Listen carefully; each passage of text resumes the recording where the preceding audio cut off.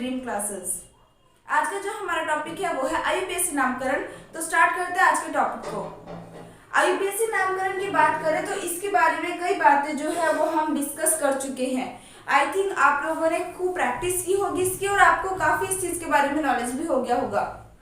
तो कुछ पॉइंट जो हमारे रह रहे हैं अब हम उसको भी कवर करने वाले हैं। तो देखना यहाँ पर, जैसा कि मैंने आपको बताया था कि आईयूपीएससी नामकरण के लिए थोड़ा सा रिवीजन कर लेते हैं।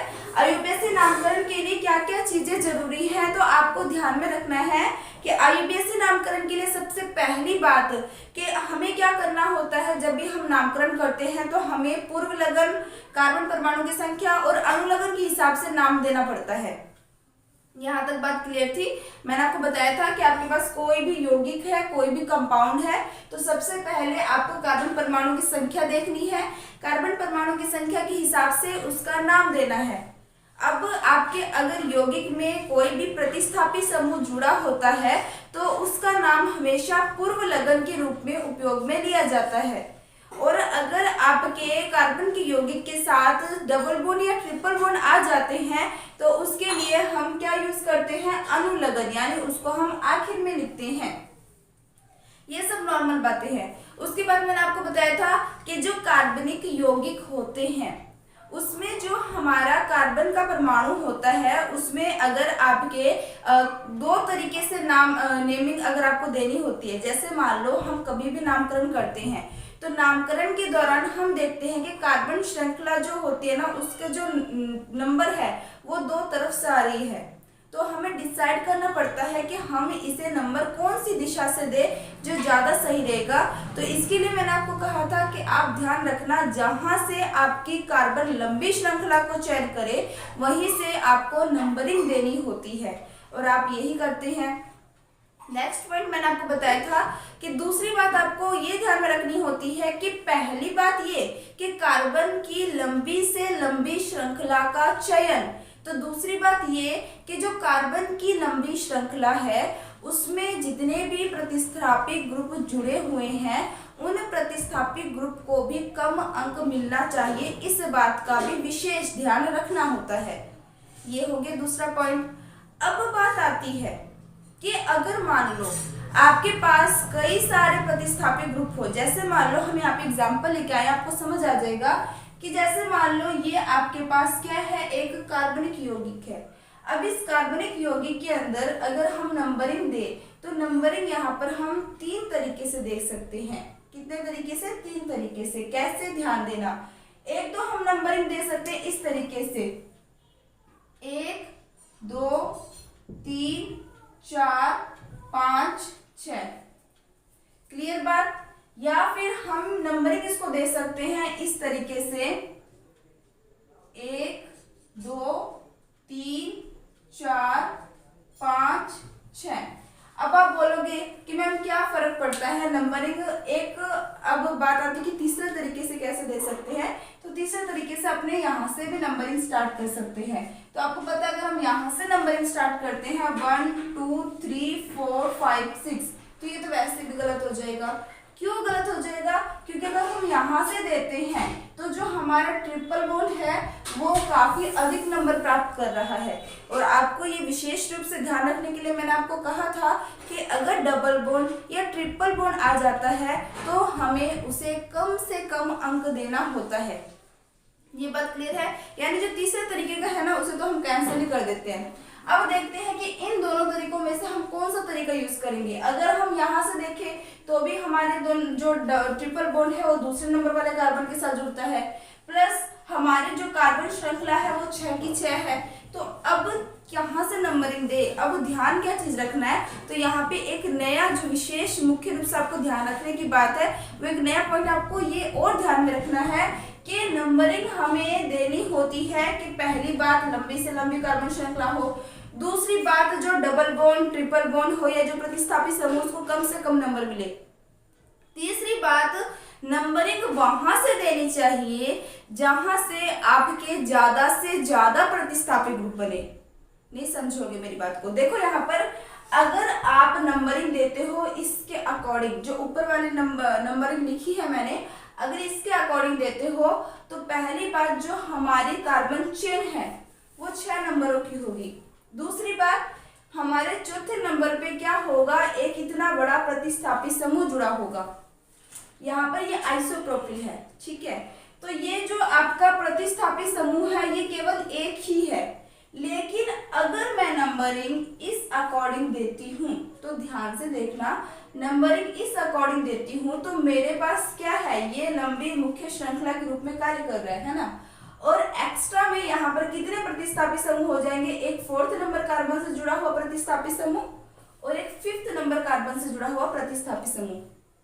कहने का मतलब है कि जब ऐसी कंडीशन आ जाती है तो हमें इसमें एक जो विशेष रूप से ध्यान रखना होता है वो ये है कि हमें नंबरिंग वहां से देनी है जहां हमें ज्यादा से ज्यादा प्रतिस्थापी समूह मिले। और आपको पता है आप इस तरीके से नंबरिंग देंगे तो आपको केवल एक ही प्रतिस्थापी समूह मिलेगा, लेकिन अगर आप इस तरीके से नंबरिंग देंगे तो आपको 2 प्रतिस्थापी समूह मिलेंगे। तो आपको कौन सा चुनना है जिसमें आपको ज्यादा से ज्यादा प्रतिस्थापी समूह मिले, आपको वो डायरेक्शन चुननी है। क्लियर बात? यानी ये जो नंबरिंग है वो तो गलत हो जाएगा, हमें ये लेके चलना है। अब ये लेके चलना है तो ये हमारे पास क्या होगी है, इस तरीके से मुख्य श्रृंखला। हमारी मुख्य श्रृंखला कौन सी हो जाएगी, ये हो जाएगी हमारी मुख्य श्रृंखला। अब बात आती है कि इसका नाम क्या होगा। आपको सबसे पहली बात तो पता ही है कि जब भी हम कभी भी कार्बनिक यौगिक का नाम करते हैं, नामकरण करते हैं, तो उसमें जितने भी प्रतिस्थापी समूह होते हैं उन्हें हम पूर्व लगन के रूप में लिखते हैं। यहाँ पे प्रतिस्थापी समूह आपके पास एक तो है CH3 यानी मैथिल और एक आपका CH2CH3 यानी एथिल। क्योंकि कार्बन की संख्या 2 है, 2 के लिए एथ शब्द आ जाएगा। यहाँ पर ये प्रतिस्थापी समूह के रूप में काम आ रहा है तो इसके साथ इल जुड़ेगा। जब हमारी मुख्य श्रृंखला होती है कार्बन की तो उस टाइम सिंगल बॉन्ड हो तो एन, डबल बॉन्ड हो तो इन, ट्रिपल बॉन्ड हो तो आयन शब्द जुड़ता है। किसके रूप में? अनुलग्न के रूप में। लेकिन प्रतिस्थापी के अंदर क्या होता है, कार्बन 2 है तो उसके लिए तो एथ ही होगा, लेकिन ये यहाँ पे प्रतिस्थापी समूह के रूप में जुड़ रहा है तो यहाँ पर वर्ड आएगा इल, यानी पूरा क्या बन जाएगा, एथिल। ये क्या बन जाएगा, मैथिल। समझ आ रही है बात? अब देखो यहाँ पर अगर हम इसका नामकरण करेंगे तो नामकरण में हम क्या करेंगे, आपको पता है एथिल यानी ए पे आ रहा है, मैथिल यानी एम पे आ रहा है। तो सबसे पहले IUPAC नाम के अंदर मैंने आपको कहा था कि भले आपका ये पहले जुड़ा हो या ये बाद में, आपको फर्क नहीं पड़ता। आपको नामकरण के दौरान इस चीज का ध्यान रखना होता है कि अल्फाबेट के अकॉर्डिंग कौन सा अक्षर पहले आता है, कौन सा बाद में। जैसे कि यहाँ पर एथिल पहले आ रहा है और मैथिल बाद में। वैसे तो यहाँ पर एथिल जुड़ा भी पहले हुआ है और मैथिल बाद में, लेकिन कई कंडीशन में क्या हो जाता है, मैथिल पहले जुड़ा हो सकता है, एथिल बाद में। आपको ये चीज नहीं देखनी होती कौन सा पहले जुड़ा है कौन सा बाद में। आपको नामकरण के दौरान ये चीज देखनी होती है, जब हम उसका नाम लिखते हैं तो अल्फाबेट के अकॉर्डिंग कौन सा चीज पहले आता है उसको पहले लिखा जाता है, कौन सा बाद में आता है उसको बाद में लिखा जाता है। क्लियर बात है? तो यहाँ पर देखना इसका नाम क्या हो जाएगा, इसका नाम हो जाएगा एथिल। पहले है तो क्या हो जाएगा, एथिल कौन से नंबर कार्बन के साथ जुड़ा हुआ है, 4 नंबर कार्बन के साथ। तो हम इसे क्या लिखेंगे, हम इसे लिखेंगे 4 एथिल। देन उसके बाद हमारे पास कोई और प्रतिस्थापी समूह बचा है, बिल्कुल बचा है, यहाँ पे मैथिल भी बचा है। तो इसे अपने क्या लिखेंगे, 5 मैथिल, 4 एथिल 5 मैथिल। अब हमारा जो ये चेन है वो कितने मेंबर्स का है, यानी कितने सदस्यों का है। कार्बन परमाणु की संख्या यहाँ कितनी है, कार्बन परमाणु की संख्या यहाँ 6 है। 6 के लिए हम क्या यूज करेंगे, हेक्स। अब ये जो हमारा ट्रिपल बॉन्ड है, अगर ये पहले वाले कार्बन के साथ होता तो हम सीधे हेक्साइन लिखते, लेकिन यहाँ पर जो ट्रिपल बॉन्ड है वो दूसरे नंबर वाले कार्बन के साथ है तो इसे हम लिखेंगे हेक्स 2 आइन। क्या लिखेंगे इसे अपने, हेक्स 2 आइन। बात समझ आ गई? तो देखो मैंने इसको मैं रिपीट कर देती हूँ क्योंकि थोड़ा सा अच्छा एग्जाम्पल है। तो इसमें क्या क्या चीजें मैंने आपको बताई है। मैंने कहा है कि चाहे नंबरिंग आप यहाँ से दो चाहे नंबरिंग आप ऐसे दो, आपको 6 कार्बन परमाणु की संख्या मिल रही है और साथ में आपका ट्रिपल बॉन्ड 2 नंबर कार्बन के साथ ही आ रहा है। तो यहाँ पर हमें अलग से विशेष रूप से ध्यान रखने वाली बात क्या है, तो आपको ध्यान में रखना है कि जहाँ से नंबर देने पर हमें ज़्यादा प्रतिस्थापी समूह मिलते हैं, हमें वही तरीका चुनना होता है। अगर आप ऐसे नंबर दोगे तो आपको केवल ये प्रतिस्थापी समूह मिलेगा, लेकिन अगर आप ऐसे नंबर दोगे तो आपको 2 प्रतिस्थापी समूह मिलेंगे। इसलिए हमारा ये वाला जो तरीका है उसको सही माना जाएगा। अब बात आती है इसका नाम क्या हो जाएगा। जैसा कि आप देख रहे हो 4 नंबर पे आपका क्या जुड़ा हुआ है, एथिल ग्रुप, तो इसे लिख दिया हमने 4 एथिल। यहाँ पे 5 नंबर पे क्या जुड़ा है, मैथिल ग्रुप, तो फिर उसके बाद लिख दिया 5 मैथिल। मतलब जो हमारे पूर्व लगन थे वो तो हमारे कंप्लीट हो चुके हैं। उसके बाद हमें कार्बन परमाणु की संख्या देखनी होती है। कार्बन परमाणु की संख्या यहाँ पर 6 है। 6 के लिए हेक्स होता है, आप लोगों को ये मैंने बता रखा है कि 1 के लिए मैथ, 2 के लिए एथ, 3 के लिए प्रोप, तो ये याद कर लिया होगा आपने। हेक्स है। उसके बाद 2 नंबर जो कार्बन है इसके साथ आपका ट्रिपल बॉन्ड जुड़ा हुआ है, इसलिए इसे हम लिखते हैं 2I। क्लियर बात है। अब बात करते हैं इस वाले क्वेश्चन की बात करेंगे। तो देखो आपको पता है जब भी हम आईपीएस से नामकरण करेंगे ना, तो कार्बनिक यौगिक जो होते हैं ना उसको हम नंबरिंग 2 तरीके से दे सकते हैं। एक तो इस डायरेक्शन से, एक इस डायरेक्शन से। हमें डिसाइड करना होता है कि हमें कौन सा डायरेक्शन चुनना है, मतलब किन किन नियमों को फॉलो करें। मतलब हमारे जो नियम होते हैं आईपीएससी के, उन नियमों को फॉलो करके कौन सा डायरेक्शन हमारा ज्यादा एक्यूरेट है, हमें वो चुनना होता है। अब देखो यहाँ पर इसमें भी आप नंबरिंग 2 तरीके से दे सकते हो। एक तो इस तरीके से 1 2 3 4 और 5 6, या फिर आप इस तरीके से दे सकते हो 1 2 3 4 और 5 6, इस तरीके से दे सकते हो। चाहे आप इस डायरेक्शन से दो, चाहे आप इस डायरेक्शन से दो, आपका जो ट्रिपल बॉन्ड है वो आएगा तो 3 और 4 के बीच में। अब बात आती है तो फिर हमें किस चीज का ध्यान में रखना है, तो हमें ध्यान रखना है यहाँ पर कि जो हमारा प्रतिस्थापी समूह है उसको भी नंबर कम मिलना चाहिए। अगर हम इस डायरेक्शन से नंबर देंगे तो जो हमारा प्रतिस्थापी समूह है वो 5 नंबर पे आएगा, लेकिन अगर हम इस डायरेक्शन से नंबर देंगे तो हमारा प्रतिस्थापी समूह 2 नंबर पे आएगा। तो ज्यादा एक्यूरेट ये है, ये वाला गलत है। यहाँ तक पहचानना आ गया होगा आपको। तो अब इसका जो नाम है वो क्या होगा, देखना यहाँ पर पूर्व लगन यहाँ पर हम लगाएंगे क्योंकि हमारे पास प्रतिस्थापी समूह है। और प्रतिस्थापी समूह कौन से नंबर कार्बन से जुड़ा हुआ है, 2nd नंबर कार्बन के साथ। तो 2nd नंबर कार्बन के साथ जुड़ा हुआ है तो लिखना है हमें 2 मैथिल। 2 मैथिल लिखने के बाद जो हमारी कार्बन यौगिक है, जो कार्बन श्रृंखला है, वो कितने मेंबर्स की है, कितने हैं इनकी कार्बन की संख्याएं, तो टोटल 6 है। तो 6 के लिए हम क्या यूज करते हैं, हेक्स। अब बात आती है कि जो हमारा ट्रिपल बॉन्ड है वो हमारे 3 नंबर कार्बन के साथ जुड़ा हुआ है, तो क्या आ जाएगा, हेक्स 3 यहाँ पे ये जो 3 है ये हमारा क्या है, अनुलग्न। देखो यही बस आपको ये चीज याद रखना है। अगर आपने ये चीज याद रख लिया तो आप किसी का भी नाम कर सकते हो। आपको पता होना चाहिए पूर्व लगन के रूप में हम क्या उपयोग करते हैं। नेक्स्ट कार्बन परमाणु की संख्या हमें देखनी होती है और सबसे लास्ट में हमें अनुलग्न जोड़ना होता है, हमारा नामकरण हो जाता है। क्लियर बात। अब बात आती है जब हमारे पास ऐसा कंपाउंड आ जाए जिसमें डबल बॉन्ड और ट्रिपल बॉन्ड दोनों एक साथ हो, तो उस टाइम हमें क्या ध्यान में रखना है विशेष रूप से। तो आपको क्या ध्यान में रखना है, जब हमारे पास कोई कार्बन श्रृंखला ऐसा आ जाए जहां डबल बॉन्ड भी हो, ट्रिपल बॉन्ड भी हो, तो हमें वहां डबल बॉन्ड को कम से कम नंबर देना है, उसके बाद ट्रिपल बॉन्ड का ध्यान रखना है। ठीक है। वैसे आपका डबल बॉन्ड जो है, अगर देखो आप 2 तरीके से नंबर दे सकते हो। या तो आप नंबरिंग दो यहाँ से 1 2 3 4 5 और 6। अगर आप इस तरीके से नंबरिंग दोगे तो जो आपके डबल बॉन्ड ट्रिपल बॉन्ड है उनको नंबर कम से कम मिलेगा। वो रहेगा एक तो 1st नंबर कार्बन पे और एक 3rd नंबर कार्बन पे। लेकिन अगर आप नंबरिंग देते हो यहाँ से 1 2 3 4 5 एंड 6, तो हमारा जो ट्रिपल बॉन्ड और डबल बॉन्ड है वो होगा 3 नंबर पे और 5 नंबर पे। तो ये नियम तो आपको पता ही है कि हमारा जो डबल बॉन्ड हो चाहे ट्रिपल बॉन्ड हो उसको हमें कम से कम नंबर देना होता है। तो ये तो हमारा क्या हो जाएगा, गलत। हमें किसके अकॉर्डिंग चलना पड़ेगा, इसके अकॉर्डिंग। क्लियर बात है। अब सबसे पहले हमें क्या जोड़ना होता है, हमें जोड़ना होता है इसमें पूर्व लगन, और पूर्व लगन हमेशा प्रतिस्थापी समूह के रूप में होते हैं। तो प्रतिस्थापी समूह हमारे पास यहाँ पे दो है, एक तो सेकंड नंबर कार्बन के साथ मैथिल ग्रुप जुड़ा हुआ है, एक फिफ्थ नंबर कार्बन के साथ मैथिल ग्रुप जुड़ा हुआ है।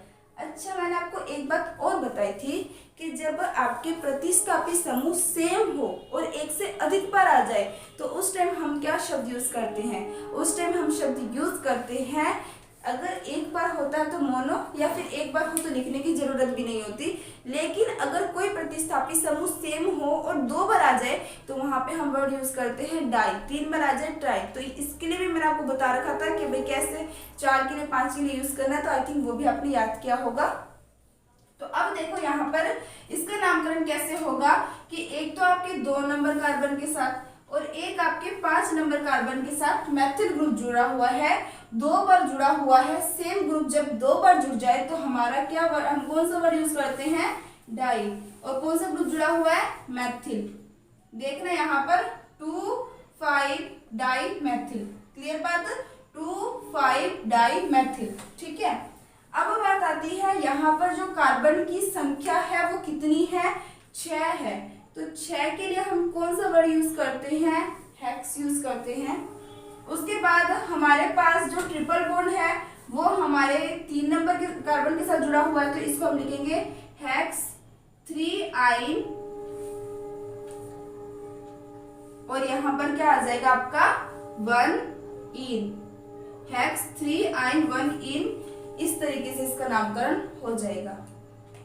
ये थोड़े से अलग से एग्जाम्पल थे जो मैंने आपको समझा दिए हैं। अब बात आती है कि ये क्या लिखे हुए हैं, ठीक है। अब ये मुख्य क्रियात्मक समूह क्या होते हैं। अब हम इसकी जस्ट बाद एग्जाम्पल पढ़ेंगे कि जैसे आपके कार्बन श्रृंखलाएं होती है, अगर कार्बन श्रृंखला में प्रतिस्थापी समूह जुड़े होते हैं तो हम उसे पूर्व लगन के रूप में यूज करते हैं। लेकिन अगर आपके कार्बन, ध्यान से सुनना इस चीज को, कि अगर आपके कार्बन श्रृंखला के साथ अगर आपके मुख्य क्रियात्मक समूह जुड़े हो, मुख्य क्रियात्मक समूह के रूप में कौन कौन से हैं, जैसा कि COOH है, CONH2 है, ठीक है, ये हम सारे बात करेंगे कि करके। तो अगर आपके मुख्य क्रियात्मक समूह जुड़े होते हैं तो ये जो मुख्य क्रियात्मक समूह होते हैं ये कार्बन श्रृंखला के गुण को बदलने का काम करते हैं। तो वहां पर ये आपके मुख्य क्रियात्मक समूह अगर जुड़े हो किसी भी कार्बन श्रृंखला के साथ, प्रतिस्थापी जुड़े होते हैं तो वो पूर्व लगन के रूप में होते हैं। लेकिन अगर कार्बन श्रृंखला के साथ मुख्य क्रियात्मक समूह जुड़े होते हैं तो वो हमेशा अनुलगन के रूप में लिखा जाता है। ये आपको विशेष रूप से ध्यान रखना है। अब बात आती है मुख्य क्रियात्मक समूह में ऐसा क्या है तो ये भी समूह, वो भी प्रतिस्थापी समूह थे, ये क्रियात्मक समूह है। देखो मुख्य क्रियात्मक समूह क्या है, मुख्य क्रियात्मक समूह जो होता है ना, एक विशेष प्रकार का समूह होता है जो कार्बन श्रृंखला के गुणधर्म ही बदल देते हैं। प्रतिस्थापी समूह किसी भी कार्बन श्रृंखला के गुणधर्म परिवर्तित नहीं करते, लेकिन क्रियात्मक समूह जो होते हैं वो मुख्य कार्बन श्रृंखला के क्या करते हैं, गुणधर्म बदल देते हैं। सपोज करो आपके पास कोई कार्बन श्रृंखला है, अब उस कार्बन श्रृंखला के साथ अगर आपका कार्बोक्सिलिक अम्ल जुड़ जाता है, यानी आपका 3 कार्बन के एक चेन है और अगर उसके पीछे COOH जुड़ जाता है तो वो जो पूरा कंपाउंड है वो कार्बोक्सिलिक अम्ल कहलाता है। वो पूरा कंपाउंड क्या कहलाता है, आपका कार्बोक्सिलिक अम्ल कहलाता है। और वहां पर जो हमारा अनुलग्न होता है वो ओइक अम्ल के रूप में यूज किया जाता है। एक बार ये सारी चीजें सुन लो, फिर जब हम एग्जाम्पल के साथ समझेंगे ना आपके बहुत इजी लगेंगे, ठीक है। अब देखना यहाँ पर दूसरा जो हमारा मुख्य क्रियात्मक समूह है वो है एमाइड, और एमाइड का जो फॉर्मूला होता है यानी जो इसका संरचना सूत्र होता है वो CONH2 होता है।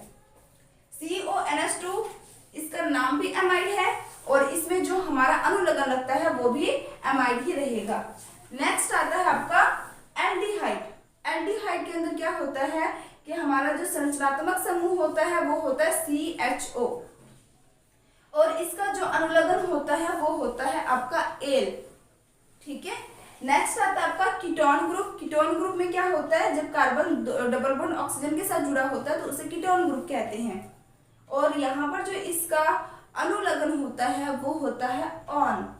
नेक्स्ट आता है अल्कोहल। अल्कोहल में जो आपका संरचनात्मक सूत्र होता है वो होता है OH, और जिसका अनुलग्न होता है वो होता है ऑल। नेक्स्ट आता है आपका एमीन। एमीन का फॉर्मूला होता है NH2। आप लोगों ने पढ़ा ही होगा। अमोनिया का फॉर्मूला क्या होता है NH3। अमोनियम का फॉर्मूला क्या होता है NH4+। एमीन का फॉर्मूला क्या होता है NH2। ये तीनों चीजें आपको ध्यान में रखनी है, ठीक है।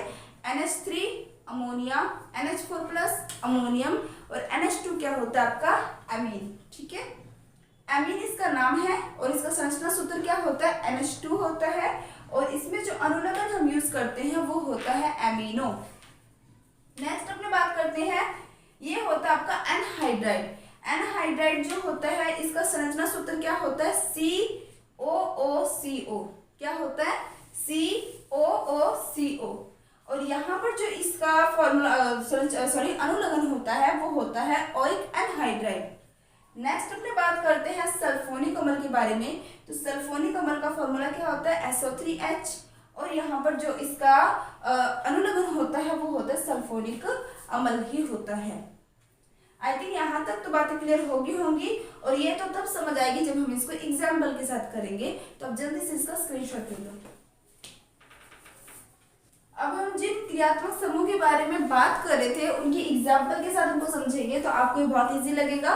तो देखना यहाँ पर ध्यान से। आई थिंक जितना अभी तक समझाया है IUPAC नामकरण वाला टॉपिक वो आपको समझ आ गया होगा। तो अगर वीडियो पसंद आ रही है तो लाइक शेयर करना मत भूलना। तो बात करते हैं अपने, सबसे पहले इसकी एग्जाम्पल्स देखते हैं।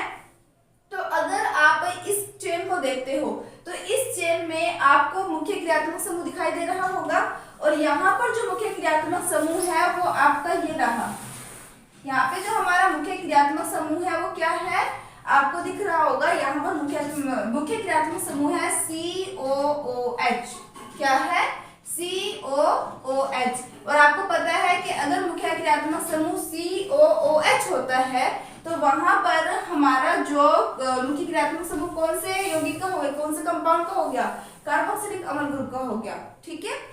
कार्बोक्सिलिक अम्ल ग्रुप का अगर होता है तो इसमें जो हमारा अनुलग्न होता है वो क्या रहता है ओइक अम्ल रहता है। तो ध्यान देना यहाँ पर देखो ये कौन से समूह का है, तो ये कार्बोक्सिलिक समूह का है, और जब कार्बोक्सिलिक समूह होता है तो उसमें हमारा अनुलग्न कौन सा होता है ओइक अम्ल, ठीक है। और मैंने आपको कहा था कि यहाँ पे जो क्रियात्मक समूह है ना वो क्या करेगा पूरे के पूरे कार्बन चेन के उसको मतलब उन्हें बोल सकते हैं उसके गुण को ही बदल देगा। यानी अब आप मैंने क्या बोला, मैंने कहा ये जो आपका दिख रहा है चेन ये आपको कौन सा समूह का हो चुका है कार्बोक्सिलिक समूह का, है ना, कार्बोक्सिलिक अम्ल बन चुका है। इसका मतलब ये हुआ कि यहाँ पर जो आपका ये ग्रुप है इस ग्रुप के कारण इस पूरे चेन का जो गुण है वो बदल चुका है। देखो समझ लो इस चीज को। जब हमने स्टार्टिंग किया था IUPAC ने तो मैंने कहा था कि अगर आपकी चेन बिल्कुल सिंगल बॉन्ड से जुड़ी होती है तो वो आपके कौन से मतलब क्या गुणधर्म प्रदर्शित करते हैं। तो मैंने आपको कहा था वो एल्केन श्रेणी में आ जाते हैं। जैसे मैंने कहा कि जैसे ही चेन में एक डबल बॉन्ड आ जाते हैं तो वो आपके एल्कीन श्रेणी में आ जाता है, और जैसे ही आपके ग्रुप में ट्रिपल बॉन्ड आ जाता है वो आपका एल्काइन श्रेणी में आ जाता है। उसके बाद हमने देखा प्रतिस्थापी समूह जो होते हैं वो आपके जो चेन होते हैं उनके गुण धर्म को परिवर्तित नहीं करते। अगर कोई भी प्रतिस्थापी समूह आ रहा था चाहे वो आपका ब्रोमो हो, क्लोरो हो, फ्लोरो हो, आइडो हो, नाइट्रो हो, यानी कोई सा भी प्रतिस्थापी समूह एथिल हो, मैथिल हो, प्रोपिल हो, ये सारे प्रतिस्थापी समूह केवल प्रतिस्थापी समूह का काम कर रहे थे, यानी एक्स्ट्रा अपने बाहर से समूह जुड़ने का काम कर रहे थे। इन्होंने जो आपके कार्बन श्रृंखला है इनके गुणधर्म में किसी प्रकार का परिवर्तन नहीं किया था। सिंगल बॉन्ड वाले एल्केन ही कहला रहे थे, डबल बॉन्ड वाले एल्कीन ही कहला रहे थे, और ट्रिपल बॉन्ड वाले एल्काइन ही कहला रहे थे। आई थिंक बस समझ आ रही होगी आपको। लेकिन यहाँ पर जो मुख्य क्रियात्मक समूह है ना उनके आते ही ये पूरा का पूरा जो ग्रुप है, अब देखो इनमें है तो सिंगल बॉन्ड लेकिन हमें इससे फर्क नहीं पड़ता इसमें सिंगल बॉन्ड है, डबल बॉन्ड है, ट्रिपल बॉन्ड है। हमें फर्क पड़ता है कि इसके साथ कौन सा क्रियात्मक समूह जुड़ा हुआ है, क्योंकि जो क्रियात्मक समूह इसके साथ जुड़ेगा वो क्रियात्मक समूह पूरे यौगिक के गुणधर्म को परिवर्तित कर देगा। यहाँ आपका COOH ग्रुप जुड़ा है जो कि कार्बोक्सिलिक अम्ल का है, तो इसने पूरे यौगिक को कौन से किस प्रकृति का बना दिया, कार्बोक्सिलिक प्रकृति का बना दिया है। बात समझ आ रही है।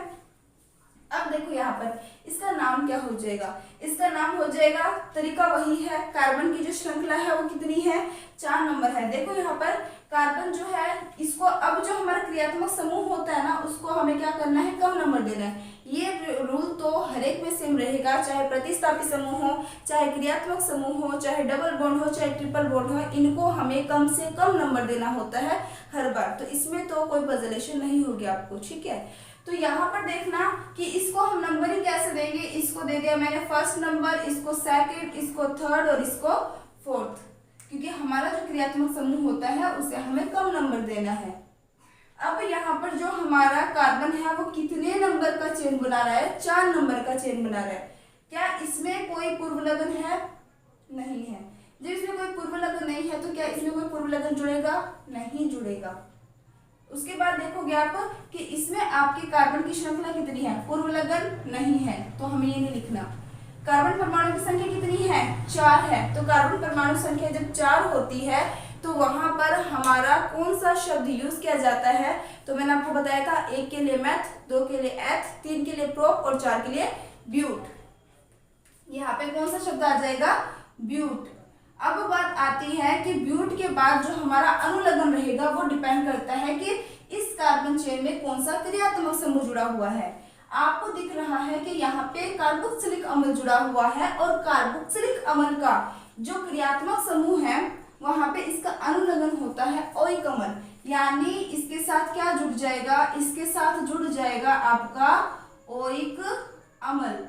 अब ब्यूट के साथ ओइक अम्ल जुड़ जाएगा तो इसका नाम क्या हो जाएगा, इसका नाम हो जाएगा ब्यूटेनोइक अम्ल। इसका नाम क्या हो जाएगा, ब्यूटेनोइक अम्ल। क्लियर बात। ऐसे अगर ये 5 कार्बन का होता तो पेंटेनोइक अम्ल, अगर ये 6 कार्बन का होता हेक्सेनोइक अम्ल, 3 कार्बन का होता प्रोपेनोइक अम्ल। बात समझ आ रही होगी। अब दूसरे एग्जाम्पल हम लेते हैं। अब इसमें आपको क्रियात्मक समूह पहचानना पड़ेगा।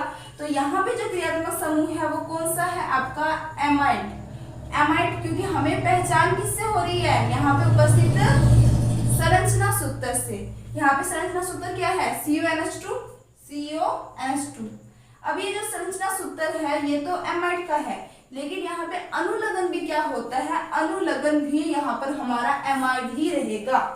अब हमें देना है सबसे पहले नंबरिंग। नंबरिंग हम कहाँ से देंगे, यहीं से देंगे। ये बात तो क्लियर होगी अब तक, अब बार बार बताने की जरूरत नहीं है। यहाँ से नंबरिंग देंगे तो यहाँ पे जो हमारी कार्बन श्रृंखला है वो कितने नंबर की है, 3 नंबर की है। और 3 के लिए हम कौन सा वर्ड यूज करते हैं, प्रोप। तो यहाँ पर क्या हो जाएगा, प्रोप प्लस ग्रुप कौन सा आपका, एमाइड। इसे अपने बोलते हैं प्रोपेनेमाइड। क्या बोलते हैं इसे अपने, प्रोपेनेमाइड। ठीक है, हमने क्या कर दिया, इसका संधि, वो कहते हैं ना संधि, संधि सुना ही होगा आपने। हमने इन दोनों को जोड़ दिया, पे और ए पे एक ही मात्रा आ गई ने पे, ठीक है, प्रोपेनेमाइड बन गया। अब यहाँ पर आता है नेक्स्ट, आपका आता है कि इसको प्रोपेन से याद रख सकते हो, पजल नहीं होगा। प्रोपेन है और ये एमाइड है, क्या बन जाएगा, प्रोपेनेमाइड। अब देखो यहाँ पर जो नेक्स्ट एग्जाम्पल है उसमें कौन सा ग्रुप जुड़ा हुआ है। अगर आप इसको ध्यान से देखो तो ये हमारा है एल्डिहाइड ग्रुप। ये जो CHO कहाँ है, ये रहा। जो CHO है वो कौन सा है, हमारा एल्डिहाइड ग्रुप है। और एल्डिहाइड ग्रुप में हमारा जो अनुलग्न होता है वो होता है एल। अब इसमें कार्बन परमाणु की संख्या कितनी है, क्या 1 2 3 है, नहीं, क्योंकि 2 नंबर जो कार्बन है यहाँ पर इसको ब्रैकेट में 3 लिखा हुआ है, मतलब 3 कार्बन तो यहीं पर है। 3 कार्बन यहाँ पर है तो यहाँ पर 3 कार्बन है, ये चौथा कार्बन होगा। समझ आ रही बात। ये 3 है, ये एक 4 हो जाएगा, ये एक 5, यानी इस श्रृंखला में टोटल कितने कार्बन है, 5 कार्बन है। 5 कार्बन है, साथ ही साथ कौन सा ग्रुप है आपका, एल्डिहाइड है। एल्डिहाइड के साथ कौन सा शब्द जोड़ते हैं हम, एल। तो यहाँ पे क्या हो जाएगा, पेंटेनेल। क्या हो जाएगा, पेंटेनेल। इसको मैं लिख देती हूँ यहाँ पर, पेंटेनेल। अगर 6 होता तो हेक्सेनेल, 7 होता तो हेप्टेनेल, 8 होता तो ऑक्टेनेल। क्लियर बात। अब नेक्स्ट जो हमारे पास एग्जाम्पल है, अब इसमें कौन सा ग्रुप है, देखो आपको ग्रुप पहचानना आना चाहिए। आपको पहचानना आना चाहिए कि यहाँ पे जो क्रियात्मक समूह है वो कौन सा है और उसका अनुलग्न कौन सा है। जैसे जैसे आपको मैंने स्टेप बाय स्टेप वीडियोस दिए हैं, जैसे जैसे स्टेप बाय स्टेप समझा रही हूँ, आप उनको समझो, जितना हो सके प्रैक्टिस करो, आपको बहुत ही अच्छे से क्लियर हो जाएगा ये, ठीक है। तो अब यहाँ पर हमारे पास कौन सा ग्रुप है, आपको दिखाई दे रहा होगा, यहाँ पर हमारे पास है कीटोन ग्रुप। कौन सा ग्रुप है? Ketone group. और कीटोन ग्रुप के अंदर जो हमारा अनुलग्न होता है वो होता है ऑन। अगर अनुलग्न ऑन होगा, अब देखो इसको, अब यहाँ पे हम नंबरिंग यहाँ से स्टार्ट नहीं कर सकते क्योंकि फिर हमारा ये वाला जो कार्बन है वो रह जाएगा। तो कीटोन के अंदर ये थोड़ा सा आपको ध्यान में रखना है, हमें नंबरिंग इस तरीके से देनी होती है, ठीक है। तो इसका नाम क्या हो जाएगा? इसका नाम हो जाता है, 3 कार्बन है, 3 कार्बन के लिए आप प्रोप शब्द यूज करते हो। अगर हमने जो नंबरिंग दी है उस हिसाब से जो हमारा कीटोन ग्रुप है वो सेकंड नंबर वाले कार्बन के साथ है। तो सेकंड नंबर वाले कार्बन के साथ है, तो इसका नाम क्या हो जाएगा? इसका नाम हो जाएगा प्रोप 2पे-ऑन। क्या हो जाएगा? प्रोप 2पे-ऑन। अगर ये 4 कार्बन वाला होता, अगर मान लो यहाँ पर आपके इस तरीके से 2 कार्बन होते हैं तो टोटल कार्बन की संख्या 4 होती, तो यहाँ पर क्या हो जाएगा? ब्यूट, और ये 2 नंबर के साथ ही जुड़ा हुआ है तो हो जाता 2पे-ऑन, ठीक है। तो मतलब आपको इस चीज का थोड़ा ध्यान रखना पड़ेगा और ये तभी होगा जब आप इसकी प्रैक्टिस करोगे। नेक्स्ट अपने बात करते हैं, नेक्स्ट में देखते हैं हमारे पास कौन सा ग्रुप है। तो हमारे पास है OH। OH जो होता है इसे हम कहते हैं अल्कोहल। अल्कोहल के लिए हमारा जो अनुलग्न होता है वो कौन सा होता है? वो होता है ऑल। देखो इजी है, अल्कोहल ऑल, ठीक है। तो ऑल के लिए यहाँ पर क्या यूज करेंगे अपने? अब इसको नंबरिंग कैसे देंगे? हमारा जो मुख्य क्रियात्मक समूह है हमें नंबरिंग वहीं से देना होता है, मैं बार बार बोल रही हूँ आपको। तो यहाँ पर इसको नंबरिंग देंगे तो यहाँ से नंबरिंग स्टार्ट होगी पहली बार। अब यहाँ पर कार्बन की संख्या कितनी है? यहाँ पे कार्बन की संख्या देखना, यहाँ पर एक ये है, यहाँ पे 4 कार्बन है, 4 और 1 5, ये 6 और 1 7। तो 7 कार्बन के लिए हम कौन सा वर्ड यूज करते हैं? हेप्ट। और यहाँ पर कौन सा ग्रुप है? OH ग्रुप है जिसका अनुलग्न होता है ऑल। तो यहाँ पे हो जाएगा हेप्टेनॉल। क्या हो जाएगा यहाँ पे? इसका नाम हेप्टेनॉल। क्लियर बात? ठीक है। अब उसके बाद अपने बात करते हैं यहाँ पर कौन सा क्रियात्मक समूह है। तो यहाँ पर क्रियात्मक समूह है, ध्यान से देखना, तो एनहाइड्राइड है। यहाँ पर कौन सा क्रियात्मक समूह है आपका? एनहाइड्राइड है। एनहाइड्राइड जो इसका फॉर्मूला क्या था आपको ये ध्यान में रखना है, COOCO। COOCO। क्लियर बात है? तो अब इसका नाम क्या हो जाएगा? आपको पता है जब हमारे पास एनहाइड्राइड ग्रुप जुड़ा होता है तो उसका अनुलग्न हो जाता है ओइक एनहाइड्राइड। अब ओइक एनहाइड्राइड है तो इसमें सबसे पहली बात कार्बन की संख्या कितनी है? 1 2 3 4। 4 है तो 4 के लिए ब्यूट हो जाएगा, तो इसे अपने बोलेंगे ब्यूटेनोइक एनहाइड्राइड। क्या बोलेंगे इसे अपने? ब्यूट। 4 कार्बन है इसलिए ग्रुप कौन सा जुड़ा हुआ है? एनहाइड्राइड। और इसका अनुलग्न होता है ओइक एनहाइड्राइड। हमें तो यूज कौन सा करना होता है? अनुलग्न। तो इसका नाम क्या हो जाएगा? Butanoic anhydride. ब्यूटेनोइक